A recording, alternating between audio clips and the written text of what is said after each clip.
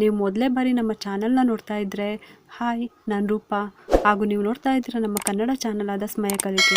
ನೀವಿನ್ನೂ ನಮ್ಮ ಚಾನಲ್ಗೆ ಸಬ್ಸ್ಕ್ರೈಬ್ ಆಗಿಲ್ಲ ಅಂದರೆ ಈ ಕೂಡಲೇ ಸಬ್ಸ್ಕ್ರೈಬ್ ಮಾಡ್ಕೊಳ್ಳಿ. ಹಾಗೆ ಪಕ್ಕದಲ್ಲಿ ಕಾಣುವ ಬೆಲ್ಲೈಕನ್ನ ಪ್ರೆಸ್ ಮಾಡಿ ಆಲ್ ಅಂತ ಟ್ಯಾಪ್ ಮಾಡೋದನ್ನು ಮರಿಬೇಡಿ. ಈ ಧನುರ್ಮಾಸದಲ್ಲಿ ಒಂದೇ ಒಂದು ದಿನ ಬ್ರಾಹ್ಮಿ ಮುಹೂರ್ತದಲ್ಲಿ ಪೂಜೆ ಮಾಡಿದ್ರೂ ಕೂಡ 1000 ದಿನ ವಿಷ್ಣುವನ್ನು ಪೂಜೆ ಮಾಡಿದಂತಹ ಫಲ ನಿಮಗೆ ಸಿಗುತ್ತೆ. ಇವತ್ತಿನ ವಿಡಿಯೋದಲ್ಲಿ ಧನುರ್ಮಾಸದ ಮೊದಲ ದಿನ ಇವತ್ತು. ಈ ಧನುರ್ಮಾಸದ ಒಂದು ತಿಂಗಳು ಪೂರ್ತಿ ಮಾಡುವಂಥ ಪೂಜೆಯನ್ನು ಮನೆಯಲ್ಲಿ ಯಾವ ರೀತಿ ಮಾಡ್ಕೊಳ್ಳೋದು ಅಂತ ತಿಳಿಸ್ತಾ ಇದ್ದೀನಿ. ಕೆಲವರೆಲ್ಲ ಧನುರ್ಮಾಸವನ್ನು ಇವತ್ತಿನಿಂದ ಅಂದರೆ ಮಂಗಳವಾರ 14ನೇ ತಾರೀಕಿನಿಂದ ಶುರು ಮಾಡಿರ್ತಾರೆ. ಇನ್ನು ಕೆಲವರು ನಾಳೆಯಿಂದ ಅಂದರೆ 17ನೇ ತಾರೀಕು ಬುಧವಾರದಿಂದ ಶುರು ಮಾಡಿರ್ತಾರೆ. ಯಾಕಂದರೆ ತ್ರಯೋದಶಿ ದಿನದಿಂದನೂ ಕೂಡ ಶುರು ಮಾಡೋರು ಇರ್ತಾರೆ. ಈ ಧನುರ್ಮಾಸದಲ್ಲಿ ಲಕ್ಷ್ಮೀನಾರಾಯಣರ ಪೂಜೆ ತುಂಬಾ ವಿಶೇಷವಾದದ್ದು, ವಿಶೇಷ ಫಲವನ್ನು ಕೊಡುತ್ತೆ. ಕೃಷ್ಣನ ಪೂಜೆ ಕೂಡ ವಿಶೇಷ ಫಲ ತಂದುಕೊಡುತ್ತೆ. ಮನೆಯಲ್ಲಿರುವಂಥ ಕಷ್ಟ ದಾರಿದ್ರ್ಯಗಳು ದೂರ ಆಗುತ್ತೆ, ಧನ ಧಾನ್ಯಗಳು ಸಂಪತ್ತು ಅಭಿವೃದ್ಧಿ ಆಗುತ್ತೆ. ಅಷ್ಟೊಂದು ಒಂದು ಮಹತ್ವ ಈ ಧನುರ್ಮಾಸದ ಪೂಜೆಗೆ ಇದೆ.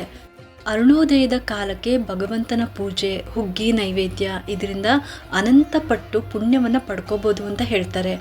ಅಶ್ವಮೇಧ ಯಾಗ ಮಾಡಿದಂತಹ ಫಲ ನಮಗೆ ಸಿಗುತ್ತೆ ಅಂತಲೂ ಕೂಡ ಹೇಳ್ತಾರೆ. ಒಂದು ದಿನದ ಪೂಜೆಗೆ ಅನಂತ ಪಟ್ಟು ಪುಣ್ಯ ಇದೆ ಅಂತ ಅಂದರೆ ಒಂದು ತಿಂಗಳು ಮಾಡುವಂಥ ಪೂಜೆಗೆ ಇನ್ನೆಷ್ಟು ಪುಣ್ಯ ಇರುತ್ತೆ, ನೀವೇ ಒಂದ್ಸಲಿ ಯೋಚನೆ ಮಾಡಿ.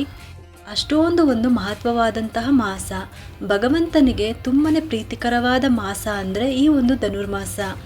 ಈ ಒಂದು ಧನುರ್ಮಾಸದಲ್ಲಿ ಲಕ್ಷ್ಮೀ ದೇವಿಯ ಆರಾಧನೆ, ವಿಷ್ಣುವಿನ ಆರಾಧನೆ ತುಂಬಾ ಶ್ರೇಷ್ಠವಾದಂಥದ್ದು. ಇದೇ ಡಿಸೆಂಬರ್ 14ನೇ ತಾರೀಕಿನಿಂದ ಅಂದರೆ ಇವತ್ತಿನಿಂದ ಧನುರ್ಮಾಸ ಶುರು ಆಗಿದೆ. ಇವತ್ತಿನಿಂದ ಅಥವಾ ನಾಳೆಯಿಂದ ಕೂಡ ನೀವು ಈ ಪೂಜೆನ ಶುರು ಮಾಡ್ಕೋಬೋದು. ಇವಾಗೆಲ್ಲ ತುಂಬ ಒಳ್ಳೆ ದಿನನೇ ಇದೆ, ಅದಕ್ಕೋಸ್ಕರ ಹೇಳ್ತಾ ಇದ್ದೀನಿ. ಕೆಲವರೆಲ್ಲ 3 ದಿನ 5 ದಿನ 9 ದಿನ ಅಥವಾ ತಿಂಗಳ ಪೂರ್ತಿ ಈ ಧನುರ್ಮಾಸ ಪೂಜೆನ ಮಾಡ್ತಾರೆ. ನಿಮ್ಮ ಮಂತ್ಲಿ ಪ್ರಾಬ್ಲಮ್ ನೋಡಿಕೊಂಡು ನೀವು ಈ ಧನುರ್ಮಾಸದ ಪೂಜೆನ ಶುರು ಮಾಡ್ಕೋಬೋದು. ಕೆಲವರೆಲ್ಲ ಆತ್ರವಾಗಿ ಪೂಜೆನ ಶುರು ಮಾಡ್ಕೊಂಬಿಟ್ಟು ಆಮೇಲೆ ಮಧ್ಯದಲ್ಲಿ ಆ ಪೂಜೆನ ಸ್ಟಾಪ್ ಮಾಡ್ಕೊಳ್ತಾರೆ. ಅದಕ್ಕೋಸ್ಕರ ಪೂಜೆ ಶುರು ಮಾಡೋದಕ್ಕಿಂತ ಮೊದಲೇ ನೀವು ಎಲ್ಲ ಥರ ಯೋಚನೆ ಮಾಡಿಬಿಟ್ಟು ನೀವು ಶುರು ಮಾಡ್ಕೊಳ್ಳಿ. ಈ ಧನುರ್ಮಾಸದಲ್ಲಿ ಹೆಚ್ಚಾಗಿ ವಿಷ್ಣುವನ್ನು ಆರಾಧನೆ ಮಾಡಬೇಕು. ವಿಷ್ಣುವನ್ನು ಆರಾಧನೆ ಮಾಡೋದ್ರಿಂದ ನೀವು ಬುಧವಾರದಿಂದ ಕೂಡ ನೀವು ಶುರು ಮಾಡ್ಕೋಬೋದು. ಇವಾಗ ಮನೆಯಲ್ಲಿ 2-3 ಜನ ಹೆಣ್ಮಕ್ಳಿದ್ರೆ ಒಬ್ರು ಆದಮೇಲೆ ಒಬ್ರದ್ದು ಡೇಟ್ ಇದ್ದೇ ಇರುತ್ತೆ. ಹಂಗಾಗಿ ಪೂಜೆ ಶುರು ಮಾಡಿದಾಗ ಮನೆಯಲ್ಲಿ ಈ ರೀತಿ ಡೇಟ್ ಆದಾಗ ಏನೂ ತೊಂದರೆ ಇಲ್ವಾ ಅಂತ ಅಂದರೆ ಖಂಡಿತವಾಗ್ಲೂ ಏನೂ ತೊಂದರೆ ಇಲ್ಲ. ನೀವು ಆರಾಮ್ಸೆ ಪೂಜೆನ ಮಾಡ್ಕೋಬೋದು.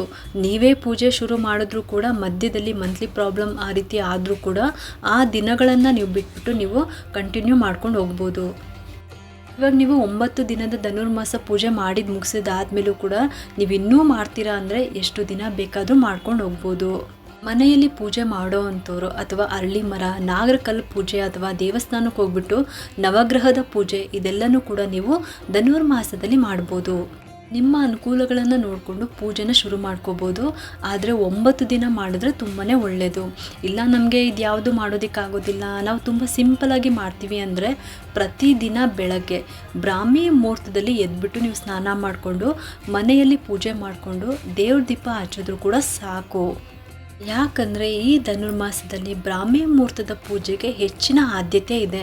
ನಿಮಗೆ ಇದೆಲ್ಲ ಮಾಡೋದಕ್ಕಾಗಲ್ಲ ಅಂತಂದರೆ ಅಥವಾ ಮಂತ್ರ ಸ್ತೋತ್ರಗಳನ್ನು ಹೇಳೋದಕ್ಕೂ ಆಗೋದಿಲ್ಲ, ಹೇಳೋದಕ್ಕೂ ಬರೋದಿಲ್ಲ ಅಂತ ಅನ್ನೋರು ಬ್ರಾಹ್ಮಿ ಮುಹೂರ್ತದಲ್ಲಿ ಎದ್ಬಿಟ್ಟು ಅಂದರೆ ಬೆಳಗ್ಗೆ 5 ಗಂಟೆ 30 ನಿಮಿಷದ ಒಳಗಾಗಿ ಸ್ನಾನ ಪೂಜೆ ಎರಡನ್ನೂ ಕೂಡ ನೀವು ಮುಗಿಸ್ಕೋಬೇಕಾಗತ್ತೆ. ಈ ರೀತಿ ಮಾಡಿದ್ರೂ ಕೂಡ ನೀವು ಧನುರ್ಮಾಸದ ಪೂಜೆನ ಮಾಡಿದಂಥ ಲೆಕ್ಕ ನಿಮಗೆ ಬರುತ್ತೆ. ಈ ಧನುರ್ಮಾಸದಲ್ಲಿ ಒಂದೇ ಒಂದು ದಿನ ಬ್ರಾಹ್ಮಿ ಮುಹೂರ್ತದಲ್ಲಿ ಪೂಜೆ ಮಾಡಿದ್ರೂ ಕೂಡ 1000 ದಿನ ವಿಷ್ಣುವನ್ನು ಪೂಜೆ ಮಾಡಿದಂತಹ ಫಲ ನಿಮಗೆ ಸಿಗುತ್ತೆ. ಅದಕ್ಕೋಸ್ಕರ ನಿಮ್ಮ ಅನುಕೂಲ ನೋಡಿಕೊಂಡು ನೀವು ಶುರು ಮಾಡ್ಕೋಬೋದು. ಅಲ್ಲದೆ ಈ ಒಂದು ತಿಂಗಳಲ್ಲಿ ಬರೋವಂಥ ಕೆಲವೊಂದು ವಿಶೇಷವಾದ ದಿನಗಳು, ವಿಶೇಷವಾದ ಯೋಗಗಳು, ಇಂಥ ದಿನದಲ್ಲಿ ಆದರೂ ಪೂಜೆನ ಶುರು ಮಾಡ್ಕೋಬೋದು. ಅನುಕೂಲ ಆದಂಥವ್ರು ಆ ದಿನಗಳಲ್ಲೂ ಕೂಡ ನೀವು ಬೆಳಗಿನ ಪೂಜೆನ ಮಾಡ್ಕೋಬೋದು. ಇನ್ನು ಮನೆಯಲ್ಲಿ ಸೂತ್ಕ ಆ ರೀತಿ ಇದ್ದಾಗ ಈ ಒಂದು ಪೂಜೆನ ಮಾಡ್ಕೊಳ್ಳೋದೇನು ಬೇಡ. ಈ ರೀತಿ ಇದ್ದಾಗ 3 ತಿಂಗಳು ಆಗೋಗಿದ್ರೆ ನೀವು ಖಂಡಿತ ಮಾಡ್ಕೋಬೋದು. ಆದರೆ 3 ತಿಂಗಳು ತುಂಬಿಲ್ಲ ಅಂತ ಅಂದರೆ ನೀವು ಈ ಪೂಜೆನ ಮಾಡ್ಕೊಳ್ಳೋದಕ್ಕೆ ಹೋಗಬೇಡಿ. ಪೂಜೆ ಮಾಡೋದಕ್ಕೆ ಯಾವುದೇ ರೀತಿ ಅಡ್ಡಿ ಇರೋದಿಲ್ಲ. ಆದರೆ ವ್ರತಗಳನ್ನು ಮಾಡಬಾರ್ದು ಅಷ್ಟೇ. ಹರಕೆ ತೀರಿಸೋದು, ವ್ರತಗಳನ್ನು ಮಾಡೋದು, ಇದ್ರ ಜೊತೆಗೆ ಶುಭ ಕಾರ್ಯಗಳು ಯಾವುದೇ ಕಾರಣಕ್ಕೂ ಮಾಡಬಾರ್ದು. ನೀವು ಈ ರೀತಿ ಧನುರ್ಮಾಸದ ಪೂಜೆ ಮಾಡ್ತೀರಾ ಅಂದಾಗ ಬರೀ ಹಣ್ಣುಗಳನ್ನು ನೈವೇದ್ಯ ಇಟ್ಬಿಟ್ಟು ನೀವು ಪೂಜೆನ ಮಾಡ್ಕೋಬೋದು. ಅಂದರೆ 3 ತಿಂಗಳು ಆಗಿದೆ ಅಂತ ಅಂದರೆ ಖಂಡಿತ ನೀವು ಈ ಪೂಜೆನ ಮಾಡ್ಕೋಬೋದು. ಹಿಂದಿನ ದಿನನೇ ಮೊದಲೇ ನೀವು ಪೂಜೆಗೆ ಸಿದ್ಧತೆಯನ್ನು ಮಾಡ್ಕೊಳ್ಳಿ. ಬೆಳಗ್ಗೆ ಬೇಗ ಎದ್ಬಿಟ್ಟು ಗುಡಿಸಿ ಒರೆಸಿ ಬಾಗಿಲಿಗೆ ರಂಗೋಲಿ ಹಾಕಿಬಿಟ್ಟು ತಲೆ ಸ್ನಾನ ಮಾಡಿಕೊಂಡು ಮಡಿ ಬಟ್ಟೆನ ಉಟ್ಕೊಂಡು ಪೂಜೆನ ಶುರು ಮಾಡ್ಕೊಳ್ಳಿ. ಪೂಜೆಗೆ ತುಳಸಿ ಅಂತೂ ಬೇಕೇ ಬೇಕು. ವಿಷ್ಣುವನ್ನು ಪೂಜೆ ಮಾಡ್ತಾ ಇರೋದ್ರಿಂದ ತುಳಸಿ ಅಂತೂ ಬೇಕೇ ಬೇಕು. ಪೂಜೆಗೂ ಕೂಡ ಬೇಕೇ ಬೇಕು. ಇನ್ನು ಅಕ್ಷತೆನ ರೆಡಿ ಮಾಡಿಟ್ಕೊಡಿ. ಮತ್ತು ಹೊಸ್ಲ ಹತ್ರನೂ ಕೂಡ ಮಣ್ಣಿನ ದೀಪ ಹಚ್ಚೋದು, ಮತ್ತು ತುಳಸಿ ಗಿಡದ ಹತ್ರನೂ ಕೂಡ ಮಣ್ಣಿನ ದೀಪನ 1 ದೀಪನ ಹಚ್ಬಿಟ್ಟು ಹೊಸ್ಲು ಪೂಜೆನೂ ಕೂಡ ಮಾಡ್ಕೋಬೇಕು. ಆಮೇಲೆ ಒಳಗಡೆ ಬಂದ್ಬಿಟ್ಟು ನೀವು ಪೂಜೆನ ಶುರು ಮಾಡ್ಕೋಬೇಕು.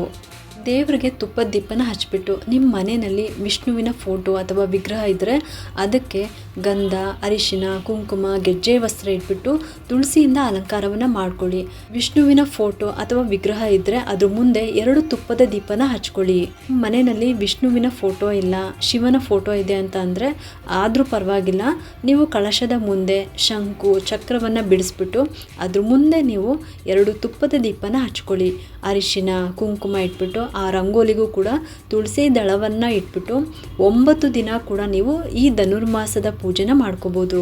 ಪೂಜೆಗೆ ಎಲ್ಲ ಸಿದ್ಧತೆನ ಮಾಡಿಕೊಂಡು ಇನ್ನು ನೈವೇದ್ಯಕ್ಕೂ ಕೂಡ ನಿಮಗೆ ಆದರೆ ಖಾರ ಪೊಂಗಲ್ಲು ಅಥವಾ ಸಿಹಿ ಪೊಂಗಲ್ನ ಮಾಡಿಟ್ಕೊಳ್ಳಿ. ಇಲ್ಲ ಇದರಲ್ಲಿ ಯಾವುದಾದ್ರೂ ಒಂದು ಪ್ರಸಾದ ಆದರೂ ಮಾಡಿಬಿಟ್ಟು ನೀವು ನೈವೇದ್ಯವನ್ನು ಮಾಡ್ಕೋಬೋದು. ಇನ್ನು ಮೊದಲು ಗಣಪತಿ ಪ್ರಾರ್ಥನೆ ಮಾಡ್ಕೊಳ್ಳಿ. ನಿಮ್ಮ ಮನೆ ದೇವ್ರನ್ನ ಪ್ರಾರ್ಥನೆ ಮಾಡ್ಕೊಳ್ಳಿ.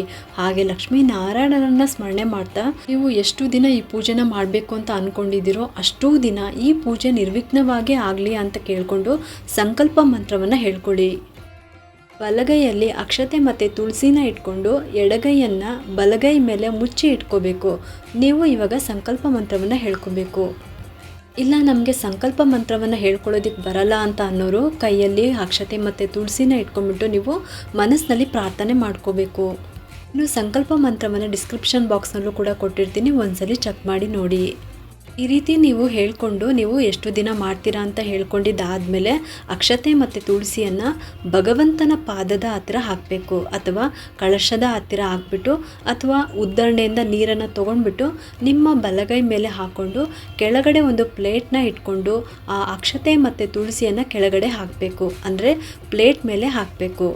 ಆಮೇಲೆ ನಮಸ್ಕಾರ ಮಾಡಿಕೊಂಡು ಮನಸ್ಸಿನಲ್ಲಿ ಪ್ರಾರ್ಥನೆ ಮಾಡ್ಕೊಳ್ಳಿ. ಗಣಪತಿಯನ್ನು ನೆನೆಸ್ಕೊಂಡು ಲಕ್ಷ್ಮೀ ನಾರಾಯಣರನ್ನು ನೆನೆಸ್ಕೊಂಡು ಶಿವ ಪಾರ್ವತಿ ನಿಮ್ಮ ಮನೆ ದೇವ್ರನ್ನ ಸ್ಮರಣೆ ಮಾಡಿಕೊಂಡು ಎಷ್ಟು ದಿನ ಪೂಜೆ ಮಾಡ್ತಾ ಇದ್ದೀರಾ ಅನ್ನೋದನ್ನು ಹೇಳ್ಕೋಬೇಕು. ಗಣಪತಿ ಮಂತ್ರನ ಹೇಳ್ಕೊಂಡು ಊದ್ಬತ್ತಿಯಿಂದ ಬೆಳಗಬೇಕು. ಆನಂತರ ವಿಷ್ಣು ಸಹಸ್ರನಾಮವನ್ನು ಹೇಳ್ಕೊಳ್ಳಿ. ಸಂಕಲ್ಪ ಮಾಡಿಕೊಂಡು 9 ದಿನವೂ ಕೂಡ ಮನೆಯಲ್ಲಿ ಓದ್ಬೋದು. ವಿಷ್ಣು ಸಹಸ್ರನಾಮವನ್ನು ಹೇಳೋದಕ್ಕೆ ಬರಲ್ಲ ಅಂತ ಅನ್ನೋರು ವಿಷ್ಣುವಿನ ಅಷ್ಟೋತ್ತರವನ್ನು ಹೇಳ್ಕೊಬೋದು. 108 ಹೆಸರುಗಳಿರುತ್ತೆ, ಅದನ್ನು ನೀವು ಹೇಳ್ಕೊಬೋದು. ತುಂಬಾ ಸುಲಭವಾಗಿ ಉಚ್ಚಾರಣೆ ಮಾಡ್ಕೋಬೋದು. ಅದಾದಮೇಲೆ ಲಕ್ಷ್ಮೀ ಮಂತ್ರ ಸ್ತೋತ್ರಗಳನ್ನು ಹೇಳ್ಕೊಳ್ಳಿ, ಅಥವಾ ಕನಕದಾರ ಸ್ತೋತ್ರವನ್ನು ನೀವು ಈ 9 ದಿನ ಕೂಡ ಓದ್ಬೋದು. ಆದರೆ ವಿಷ್ಣುವಿನ ಅಷ್ಟೋತ್ತರ ಆಗಲಿ ಮಂತ್ರ ಸ್ತೋತ್ರಗಳನ್ನಂತೂ ಹೇಳ್ಕೊಳ್ಳೇಬೇಕು. ಅದ್ರ ಜೊತೆಗೆ ಕನಕದಾರ ಸ್ತೋತ್ರನ ಹೇಳ್ಕೊಬೋದು, ಅಥವಾ ಲಕ್ಷ್ಮಿಯ ಸ್ತೋತ್ರಗಳನ್ನಾದರೂ ಹೇಳ್ಕೊಬೋದು. ಮಂತ್ರ ಸ್ತೋತ್ರ ಸಹಸ್ರನಾಮ ಪಾರಾಯಣಗಳೆಲ್ಲ ಮುಗಿದ ಮೇಲೆ ನೀವು ನೈವೇದ್ಯವನ್ನು ಅರ್ಪಿಸ್ಬೋದು. ಎಲೆ, ಅಡಿಕೆ, ಬಾಳೆಹಣ್ಣು, ಅವತ್ತೇನಾದರೂ ನೀವು ಸಿಹಿ ನೈವೇದ್ಯ ಮಾಡಿದರೆ ಅದನ್ನು ಕೂಡ ಇಡ್ಬೋದು. ಅಥವಾ ನಮಗೆ ನೈವೇದ್ಯ ಏನು ಮಾಡೋದಕ್ಕಾಗಲ್ಲ ಅಂತ ಅನ್ನೋರು ಹಾಲನ್ನು ಕಾಯಿಸ್ಬಿಟ್ಟು ಅದಕ್ಕೆ ಸ್ವಲ್ಪ ಸಕ್ಕರೆ ಹಾಕ್ಬಿಟ್ಟು ನೀವು ಅದನ್ನು ಕೂಡ ನೈವೇದ್ಯವನ್ನು ಮಾಡ್ಬೋದು. ನಾನು ಹಿಂದಿನ ವಿಡಿಯೋದಲ್ಲಿ ತಿಳಿಸ್ದಂಗೆ ಖಾರ ಪೊಂಗಲ್ಲು ಅಥವಾ ಸಿಹಿ ಪೊಂಗಲ್ ನೀವು ಮಾಡ್ಬೋದು. ಪ್ರತಿ ದಿವಸಕ್ಕೂ ನೀವು ಒಂದೊಂದು ನೈವೇದ್ಯ ಏನು ಮಾಡೋದಕ್ಕಾಗಲ್ಲ ಅಂತ ಅಂದಾಗ ಡ್ರೈ ಫ್ರೂಟ್ಸ್ ಕೂಡ ಇಟ್ಬಿಟ್ಟು ನೀವು ಪೂಜೆ ಮಾಡ್ಕೋಬೋದು. ನೀವು ಏನೇ ನೈವೇದ್ಯ ಇಟ್ಟರೂ ಕೂಡ ಅದರಲ್ಲಿ ಒಂದು ತುಳಸಿ ದಳವನ್ನು ಅದರಲ್ಲಿ ಇಡಲೇಬೇಕು, ಇದಂತೂ ಮರಿಬೇಡಿ. ಈ ರೀತಿ ನೈವೇದ್ಯವನ್ನು ಅರ್ಪಿಸ್ಬಿಟ್ಟು ಆಮೇಲೆ ಮಹಾಮಂಗಳಾರತಿನ ಮಾಡ್ಕೊಳ್ಳಿ. ನೀವು ಇಷ್ಟೆಲ್ಲ ಮಾಡೋ ಅಷ್ಟೊತ್ತಿಗೆ ಸೂರ್ಯೋದಯದ ಸಮಯ ಆಗಿರುತ್ತೆ. ಬೆಳಗ್ಗೆ 5:45 ಅಥವಾ 6 ಗಂಟೆ ಹತ್ತತ್ರ ಅಂತೂ ಹಾಗೇ ಇರುತ್ತೆ. ಅಷ್ಟರಲ್ಲಿ ಅರುಣೋದಯ ಸೂರ್ಯೋದಯ ಆಗಿರುತ್ತೆ. ನೀವು ಆ ಸಮಯಕ್ಕೆ ಸೂರ್ಯನಿಗೆ ಅರ್ಘ್ಯವನ್ನು ಅರ್ಪಿಸಬೇಕು. ನಿಮಗೆ ಎಷ್ಟು ದಿನ ನಿಮ್ಮ ಕೈಯಲ್ಲಿ ಧನುರ್ಮಾಸದ ಪೂಜೆನ ಮಾಡೋದಕ್ಕಾಗುತ್ತೋ ಅಷ್ಟೂ ದಿನ ನೀವು ಸೂರ್ಯನಿಗೆ ಅರ್ಘ್ಯವನ್ನು ಅರ್ಪಿಸಬೇಕು. ಒಂದು ತಾಮ್ರದ ಚೆಂಬಲ್ಲಿ ನೀರನ್ನು ತಗೋಬೇಕು. ಒಂದು ಸ್ವಲ್ಪ ಅಕ್ಷತೆ ತುಳಸಿಯನ್ನು ಹಾಕೊಂಡ್ಬಿಟ್ಟು ಓಂ ನಮೋ ಸೂರ್ಯ ನಾರಾಯಣಾಯ ನಮಃ ಅಂತ ಹೇಳ್ಕೊಂಡು ಆ ನೀರನ್ನು ತುಳಸಿ ಗಿಡದ ಮೇಲೆ ಬಿಡಬೇಕು, ಅಥವಾ ಯಾವುದಾದ್ರೂ ಗಿಡದ ಮೇಲಾದರೂ ಬಿಡ್ಬೋದು. ನಿಮಗೆ ಇನ್ನೂ ಸಮಯ ಇದೆ ಅಂತ ಅಂದರೆ ಅರಳಿ ಮರದ ಪ್ರದಕ್ಷಿಣೆ ಹಾಕಿ ಅಥವಾ ದೇವಸ್ಥಾನಕ್ಕಾದರೂ ನೀವು ಹೋಗ್ಬಿಟ್ಟು ಬರ್ಬೋದು. ಇಲ್ಲ ಅಂದರೆ ಮನೆಯಲ್ಲಿ ನೀವು ಇಷ್ಟು ಪೂಜೆ ಮಾಡಿಕೊಂಡ್ರೂ ಸಾಕಾಗುತ್ತೆ.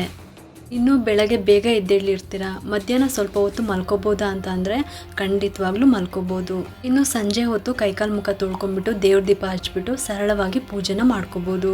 ಇದಿಷ್ಟು ಕೂಡ ಧನುರ್ಮಾಸದ ಪೂಜೆಯ ವಿಧಿವಿಧಾನ.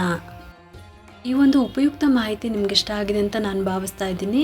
ಇನ್ನೂ ಹೆಚ್ಚೆಷ್ಟು ಧನುರ್ಮಾಸದ ಪೂಜೆಯ ಬಗ್ಗೆ ಮುಂದಿನ ವಿಡಿಯೋದಲ್ಲಿ ತಿಳಿಸ್ಕೊಡ್ತೀನಿ. ಈ ಒಂದು ವಿಡಿಯೋ ನಿಮ್ಗೆ ಇಷ್ಟ ಆಗಿದ್ರೆ ಒಂದು ಲೈಕ್ ಮಾಡಿ, ಶೇರ್ ಮಾಡಿ ಮತ್ತು ಸಬ್ಸ್ಕ್ರೈಬ್ ಮಾಡಲು ಮರಿಬೇಡಿ. ಯಾಕೆಂದರೆ ನೀವು ಮಾಡೋ ಒಂದು ಸಬ್ಸ್ಕ್ರೈಬಿಂದ ನಮ್ಮಂತಹ ಸಣ್ಣ ಸಣ್ಣ ಚಾನಲ್ಸ್ಗೆ ಒಂದು ಸಪೋರ್ಟ್ ಮಾಡ್ದಂಗೆ ಆಗುತ್ತೆ. ಮತ್ತೆ ಸಿಗ್ತೀನಿ ಮುಂದಿನ ಹೊಸ ವಿಡಿಯೋದೊಂದಿಗೆ ಅಂತ ಹೇಳ್ತಾ ಈ ವಿಡಿಯೋನ ಮುಗಿಸ್ತಾ ಇದ್ದೀನಿ. ಸರ್ವೇ ಜನ ಸುಖಿನೋ ಭವಂತು.